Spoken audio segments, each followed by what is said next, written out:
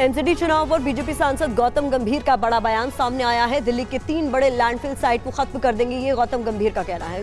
पूरी दिल्ली में जन रसोई खोलने की बात भी उनकी तरफ से कही गई है।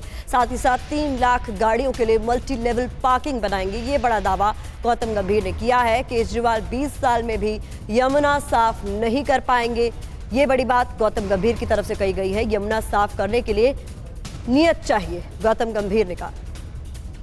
क्या आपके लिए इस बार कहेंगे चुनाव में, नगर निगम चुनाव में 2 मुख्य मुद्दे क्या हैं? सिर्फ 2 की अगर बात करें। 2 मुख्य मुद्दे ये हैं कि जिस तरीके से काम हुआ है तीनों ही लैंडफिल्स में, उस काम को और तेज़ी से आगे लेके जाना और अगले हमारे कार्यकाल में हम इन तीनों लैंडफिल्स को ख़त्म कर पाएँ।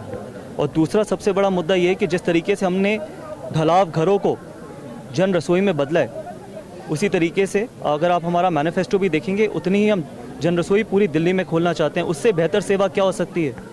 किसी को अगर आप पेट में जिसके खाना डाल रहे हैं, उससे बेहतर जन सेवा कुछ नहीं है।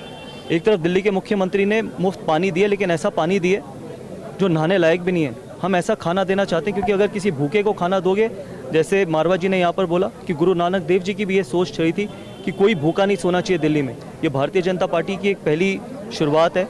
हमने ईस्ट दिल्ली में 4 जन रसोई ऑलरेडी खोल रखी है, 4000 लोगों को हम रोज़ खाना खिलाते हैं। ऐसे ही भारतीय जनता पार्टी इस बार फिर चुनाव जीतेगी, जन रसोइयाँ खोलेगी, लाइब्रेरीज खोलेगी। और सबसे इम्पॉर्टेंट चीज़, अगर हम आगे जाके अगले चुनाव काल अपने कार्यकाल में अगर हम पार्किंग के लिए मल्टी लेवल पार्किंग्स बना सकते हैं। अभी तक हमने 3000 व्हीकल्स की पार्किंग बनाई है। अगर हम 3 लाख तक व्हीकल्स की पार्किंग बनाते हैं, तो जो दिल्ली की समस्या है ना, ये कि जो रोड पे ट्रैफिक जैम होते हैं, ये आधी से ज़्यादा समस्या दूर हो जाएगी।